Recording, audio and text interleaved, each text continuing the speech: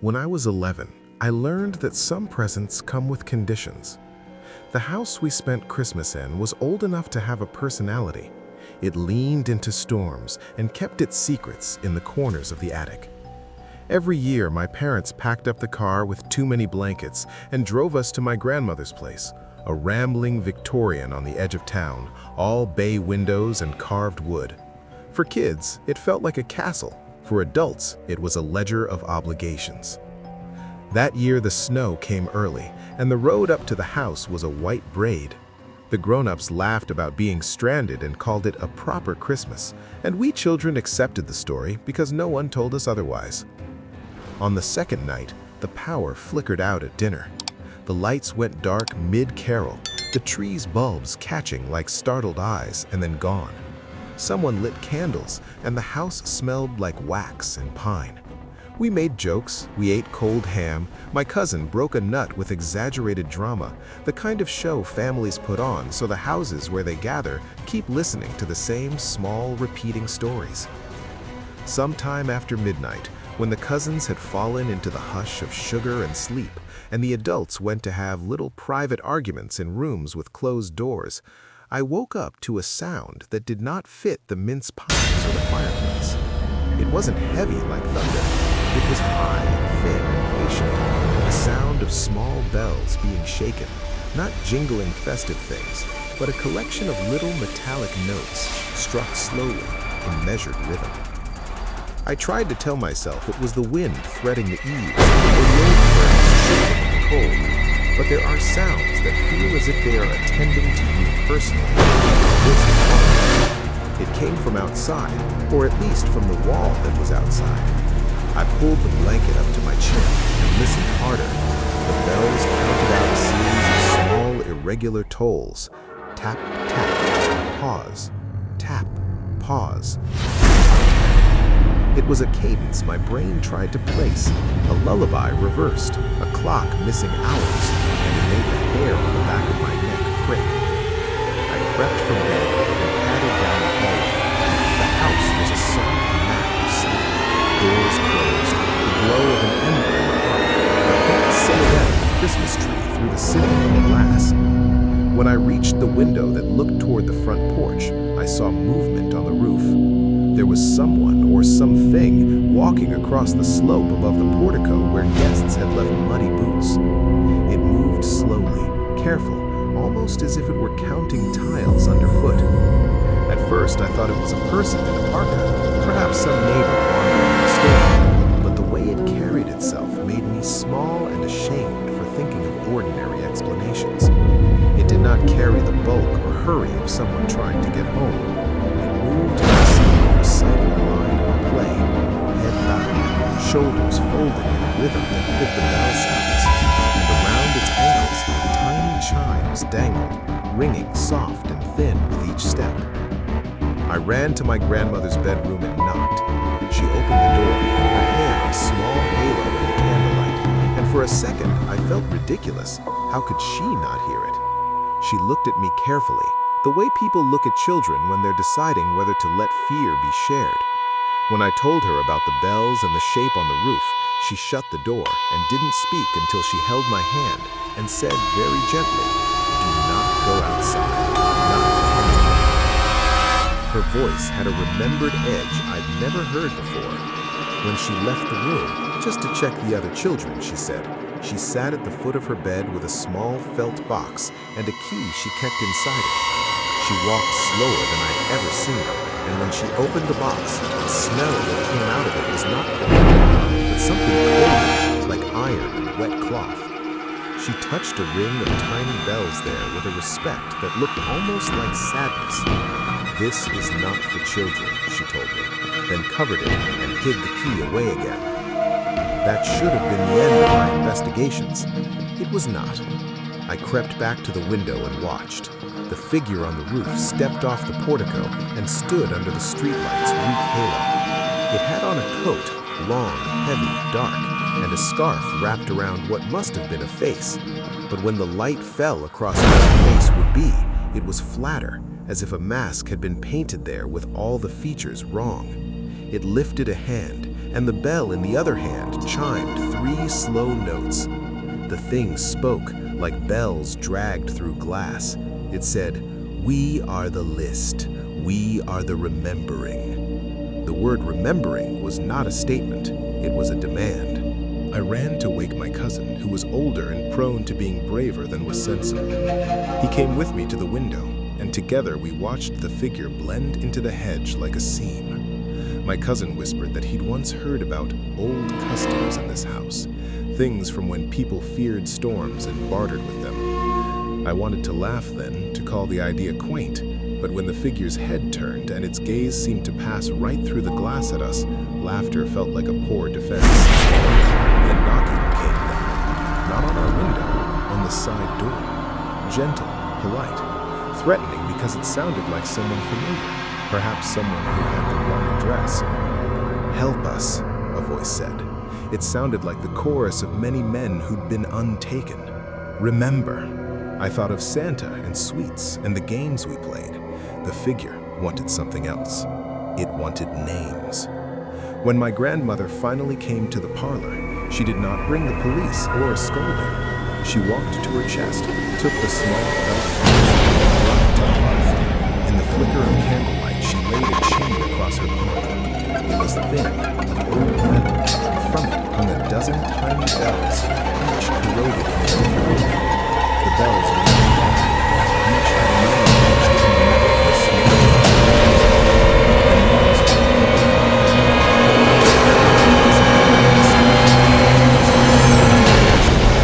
A woman whose picture hung in the hall was sad. My grandmother began to speak names. She said them in the voice we use when we address the dead at a grave. She said names from our house's ledger of loss, names that had been left unremarked during dinner that night. She called out the strange ones, the ones that had been papered over with holiday tradition. With each name she touched a bell, and the metal sang a little, a note that seemed to differently.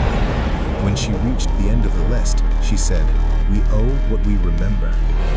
The thing at the door, the one who demanded remembering, listened. The bells in the box chimed as if to argue. The knocking ceased as if it had been a question seeking a yes or no, and the figure outside retreated into the night like a tide pulling back, each bell on its ankles chiming a softer undoing.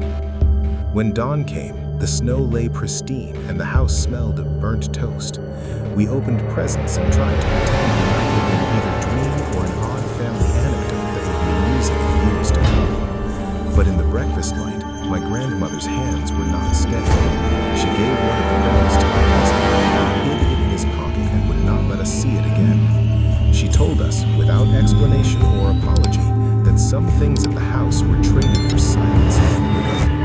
"We remember each other this way," she said. I do not think that the figure was some creature of malice. It was a ledger. It was a thing that came with a list and the patience to read through it. It stood on roofs and collected names in the way a taxman collects coins. If you leave debts unspoken, debts of apology, debts of truth, debts owed to the debt, eventually something arrives that considers those debts currency. Years later, when relatives argued and old wounds were buried under tasteful conversation, I would sometimes find my grandmother sitting by the window, a small bell in her palm, counting quietly as if keeping an account. Once, when I asked why she had kept the bell, she said simply, "So we don't owe more than we can pay." If you hear bells in the snow, thin, patient, and precisely counted, check your ledgers. Make the lists you must. Speak the names people forget. Because some things do not like to be left off the page, and some things will come tapping at your door to ask why. When I was 16, I learned that some Christmas lights are meant to be watched, not admired. We always spent the holiday at my aunt's place, a narrow Victorian at the end of a lane, all bay windows and a crooked porch that leaned into the street like it was eavesdropping. The house had ornament boxes in the attic older than my father, and each year my aunt insisted on bringing out every paper angel and glass bauble she owned. The grown-ups called it tradition, The kids called it excessive. I called it normal, until that December changed everything. That year, the snow came early and hard, folding the town into a soft white hush. Our parents argued in low voices about logistics and in-laws, and whether casseroles were too American, while we kids made forts and dared each other to eat too much peppermint. The tree went up in the parlor, tall, a little lopsided, and hung with garlands and lights that my aunt claimed had been in her family for generations. They were old lights, the kind that blinked in complex little patterns and hummed with a bass I felt like She plugged them in and they took over the room with color. Warm oranges, old school reds, and a green so deep it seemed to hold shadows inside. On the second night, after midnight, I woke because the house had changed. It wasn't simply the darkness had a texture, as if it had been stitched differently while we slept. The lights on the tree were dimmer than before, not because the plug had shifted, but because something in them had been rearranged. I padded out of my room barefoot, the floor cold under my soles, and took the hall down to the parlor. There was a man outside. At first, I thought it was a trick of the street lamp, a figure in a dark coat on the sidewalk, but when I drew the curtain back an inch and peered through the glass, he was closer than the sidewalk. He stood beneath the eaves, right under the Christmas lights that my aunt always insisted on stringing outward like a ring around the house. He looked up at the tree through the window with a posture that was too patient to be merely curious. He was unremarkable in one sense, coat, hat low, hands in pockets, and bizarre in another, the way the lights reflected off him. The bulbs did not sparkle across him, they arranged themselves into patterns. Where a string crossed his chest, the bulbs blinked in a count that matched his breathing. Where a garland brushed his sleeve, the color deepened and held like a stain. It was as if the lights knew him and answered with a language of flashes.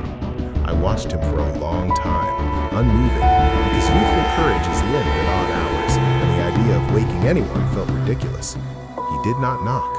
He did not lean his head or try the door. He simply stood there, and every time the tree's lights blinked, his outline shifted slightly, not walking, only adjusting in a way that suggested he was checking angles, measuring something I couldn't name. After a while, my phone buzzed. A text from my cousin downstairs.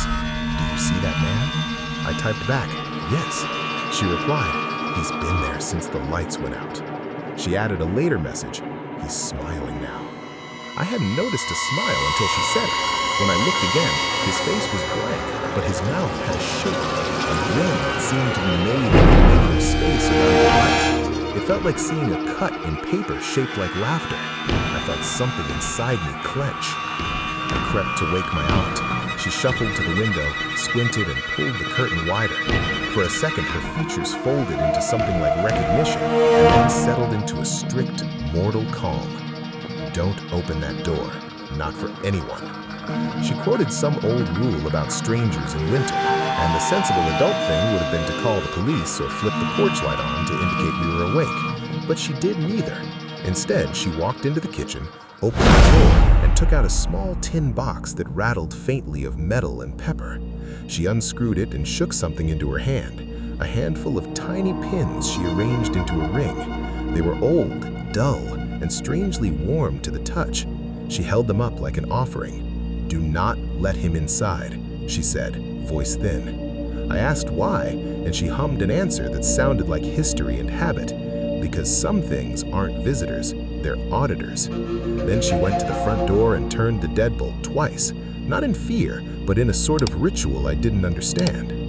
We sat down at the table and watched the man through the window. He had not moved. He watched the tree as if the light were the only map he had.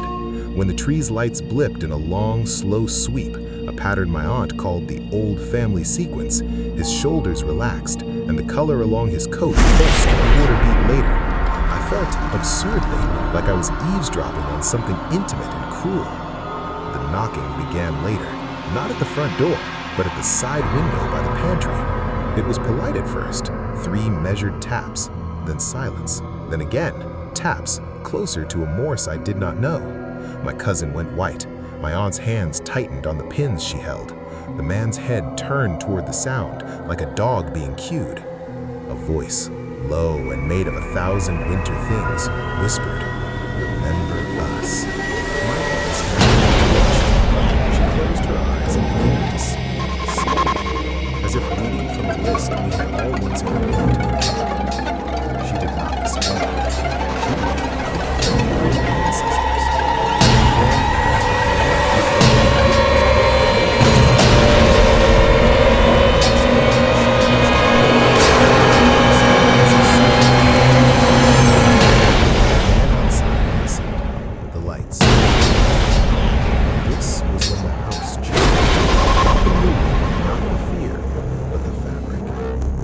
Ornaments on the tree seemed to hang lower after each name. The mantle clock ticked with a beat. The temperature in the room dropped so quickly my breath left ghosted rings. I realized that what we were doing by naming names was not a comfort, but a transaction. The sign was not angry or desperate. It was patient and precise, like an accountant with a ledger in hand. After a while, my aunt set the pins into a small felt pouch and slid them into her pocket. She did not look at us. She said, "Balance." She didn't explain more. The tapping ceased long before the man left. He walked away as if a bell had rung. But before he disappeared, he turned and lifted one hand. Not in greeting, but defiant. His fingers at us, at something only he could measure. The color of the lights at that moment flared white hot, then snapped back to For a breath, I felt like the room was visible to someone else on another map. The street was clean, snow like sifted sugar. The police had been called by a neighbor who'd seen a figure at the house and thought better to report it.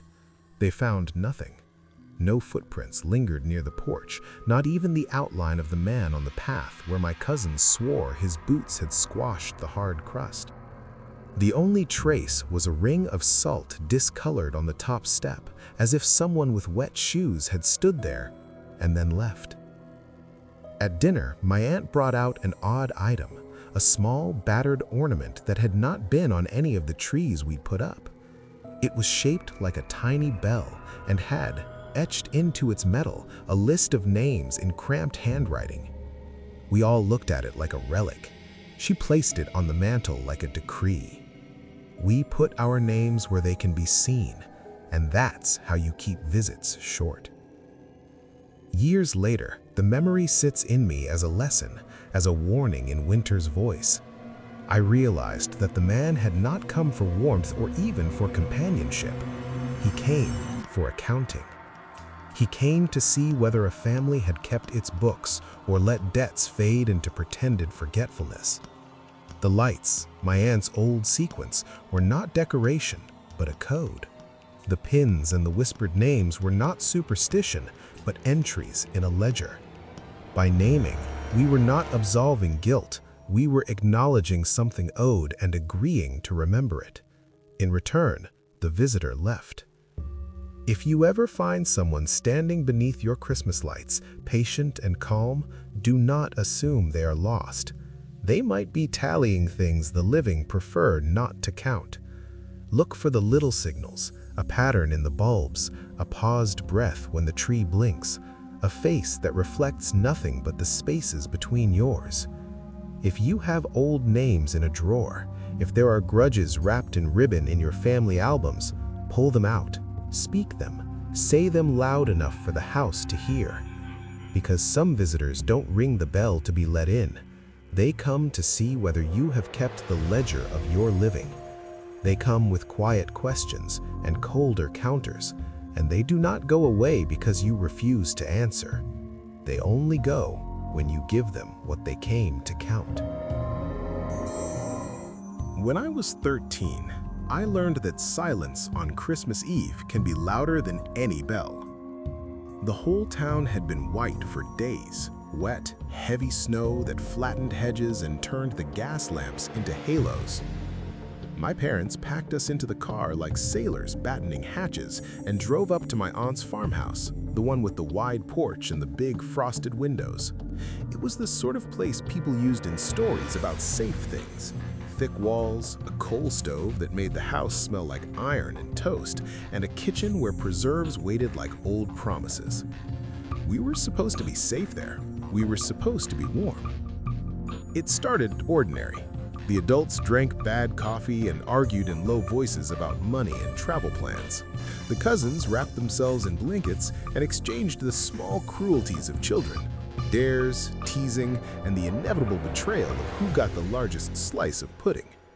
After dinner, the lights were dimmed. The tree glittered with the kind of ornaments that seemed older than the family itself, and the grown-ups stumbled toward their private rooms.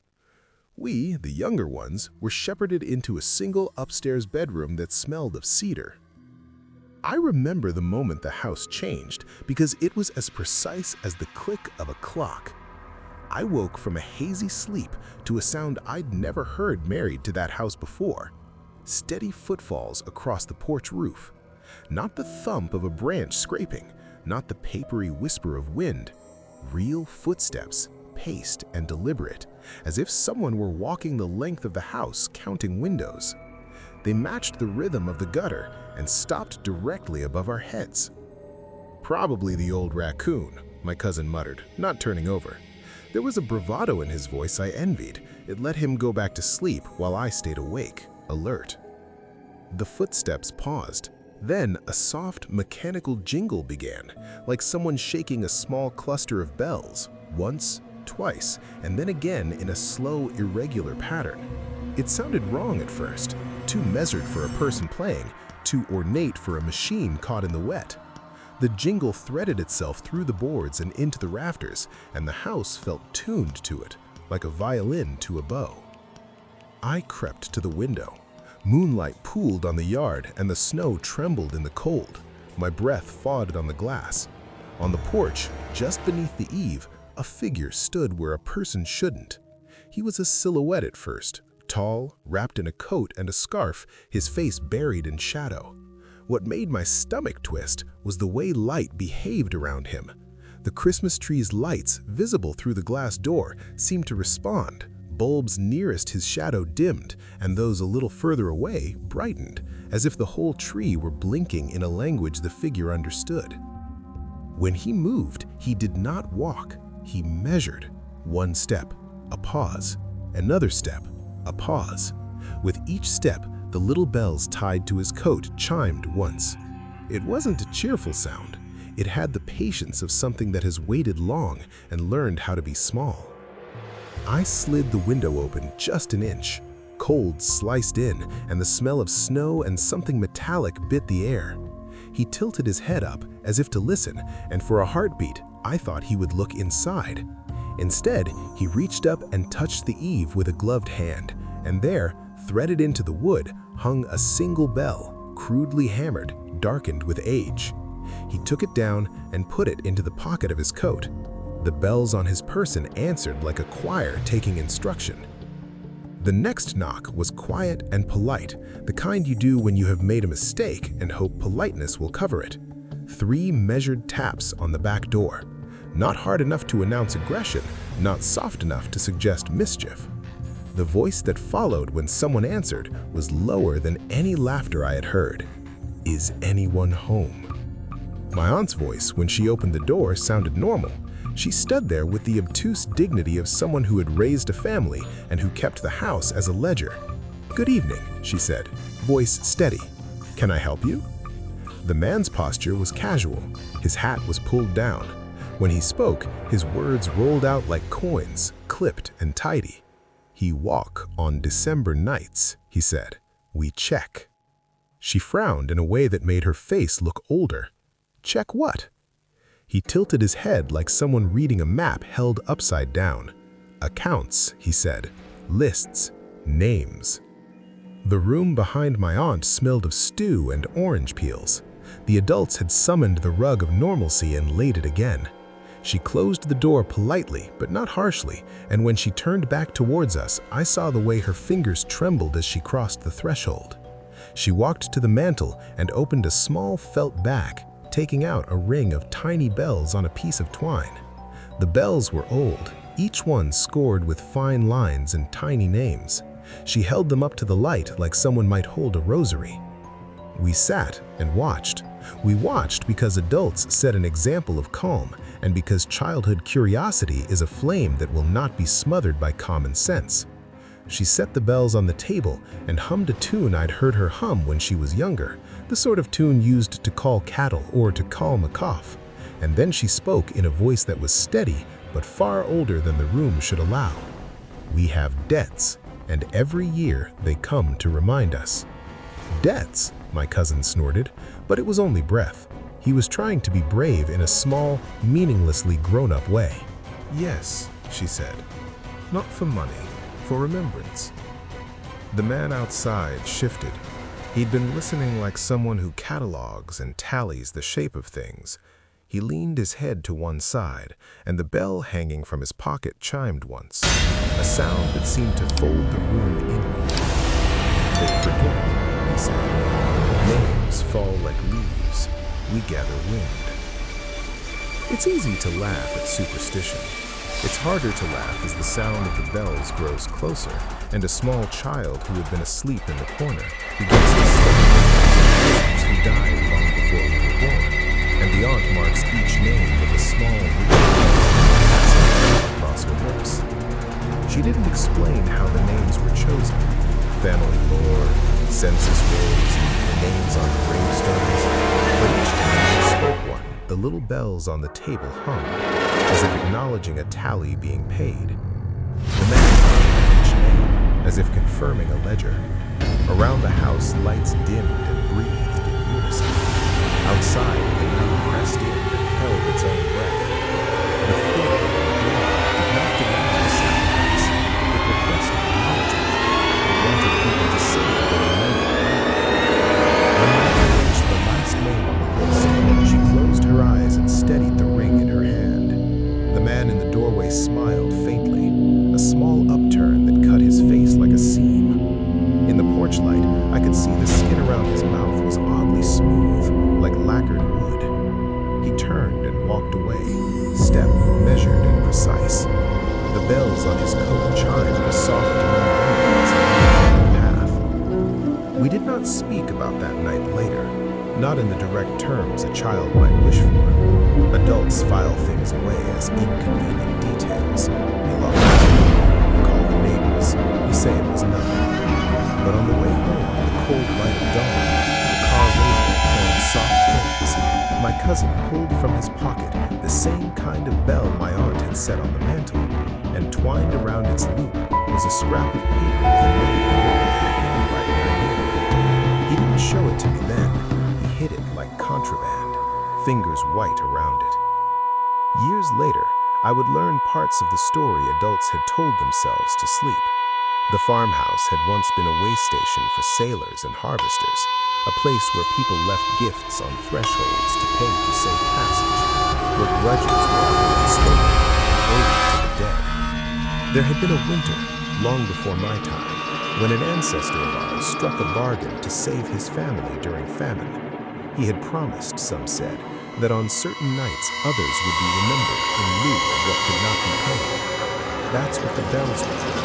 A ledger of names, a contract made of memory instead of coin. If there is a moral in what I am telling you, it is not a tidy one. The man outside did not come to punish us for being careless. He came like a bookkeeper at year's end, to cross names off a list, and to whisper that obligations had been met. He was not cruel in the way a thief is cruel. He was patient, and appointments bore him like a raincoat. He wanted to be remembered, and what he required in exchange was not blood, but the fragile admission that memory had been permitted to fray. So if you stand on a winter night and hear small bells at your eaves, consider what names live in your attic, what apologies have been postponed, what forgotten graves have been left unclothed. Speak the names aloud. Lay out anything you treasure and let it be counted. The man walked away that night because the ledger was balanced. Whether the balance lasted, I do not know. Memory is a thing that needs tending, and sometimes the attendants are patient and cold and come when the oven has cooled and the presents are unwrapped. When I was older and my own child was the age I had been that Christmas, I kept the habit of opening the old felt bag my aunt had given me and running my fingers over its bells. I say names sometimes into my sleep and sometimes aloud, because the sound of a name spoken is currency. It pays for small peace. It keeps the porch clear for one more winter. When I was 15, I learned that some gifts are left not to be opened, but to be remembered. We spent Christmas at a rental cottage my parents had taken for the holidays, an old seafaring place 2 hours from town, all low beams and slatted porches with a stone hearth that swallowed the light. The owners left the place furnished like a museum, quilts with moth smells, a stack of yellowed hymnals on the shelf, and a trunk in the attic full of ornaments that looked like fossils. For us kids, it felt like history. For my parents, it was a break in routine. Snow lay in the hollows outside, and the sea beyond the headland was covered in black. The first sign that summer was off was small and rested. On the morning we went hundreds of feet.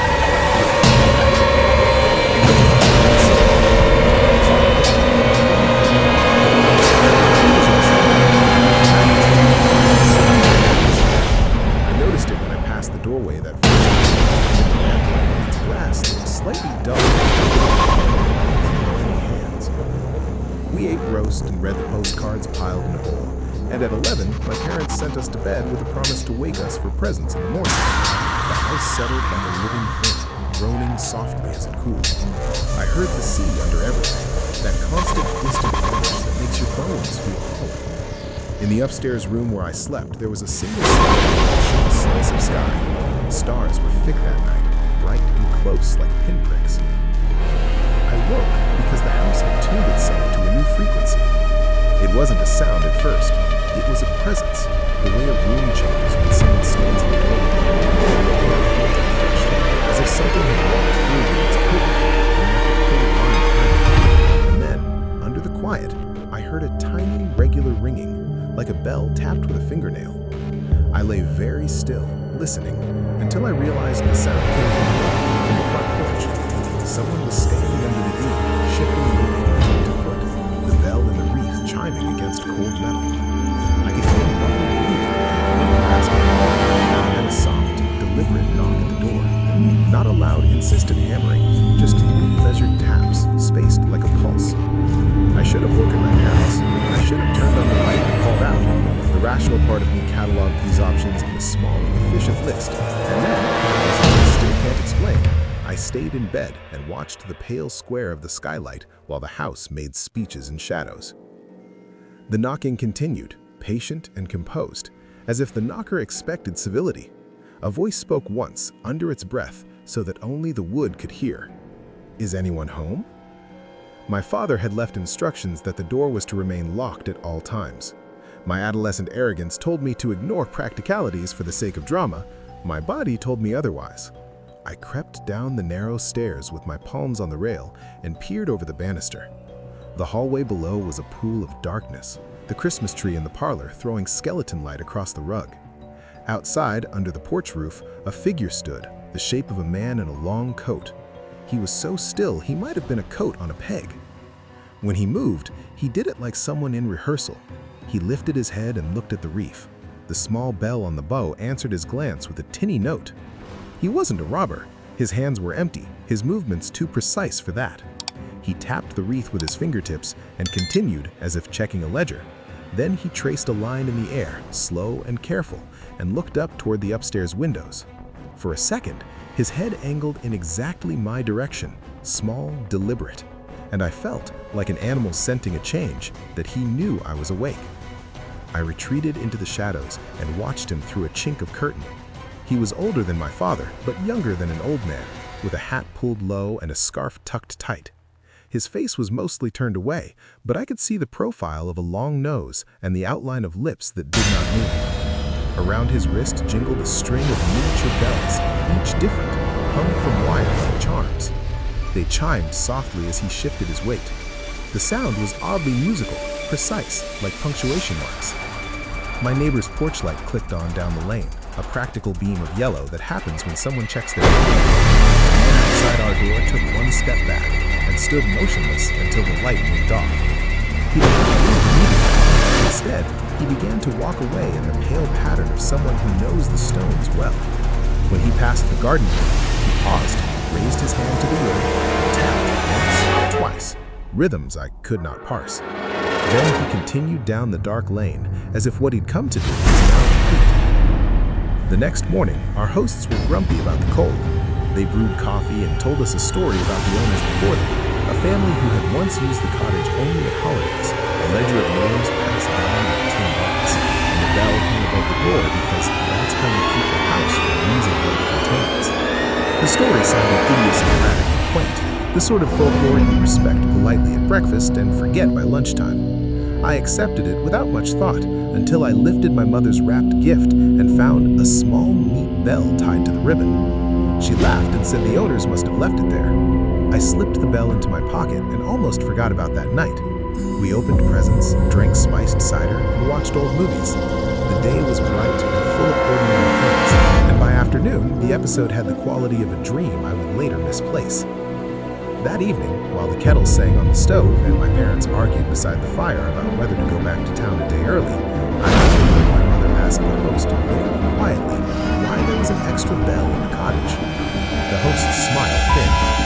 "Oh," she said, "that's probably from the family who had the house before the last lot. They always leave bells. It's an old custom. They say it keeps the family accounted for." "Accounted for?" my mother repeated, as if tasting a new word. "Yes," the host said. "You don't want debts in this house." The phrase lodged in my throat. That night, I couldn't sleep. The thought that there might be a debt ledger hidden in a kit of family ornaments made the house seem less like a shrine and more like a bank.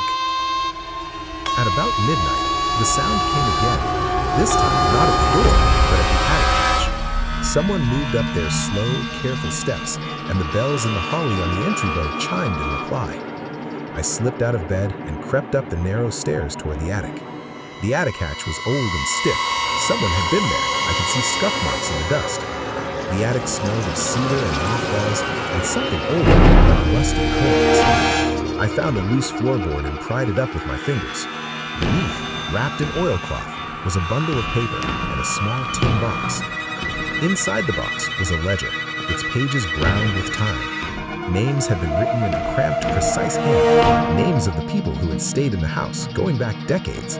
Beside each name, in a smaller ink, was a note, paid, remembered, or owes. A small sliver of cold ran down my neck as I read. Several names were marked owes.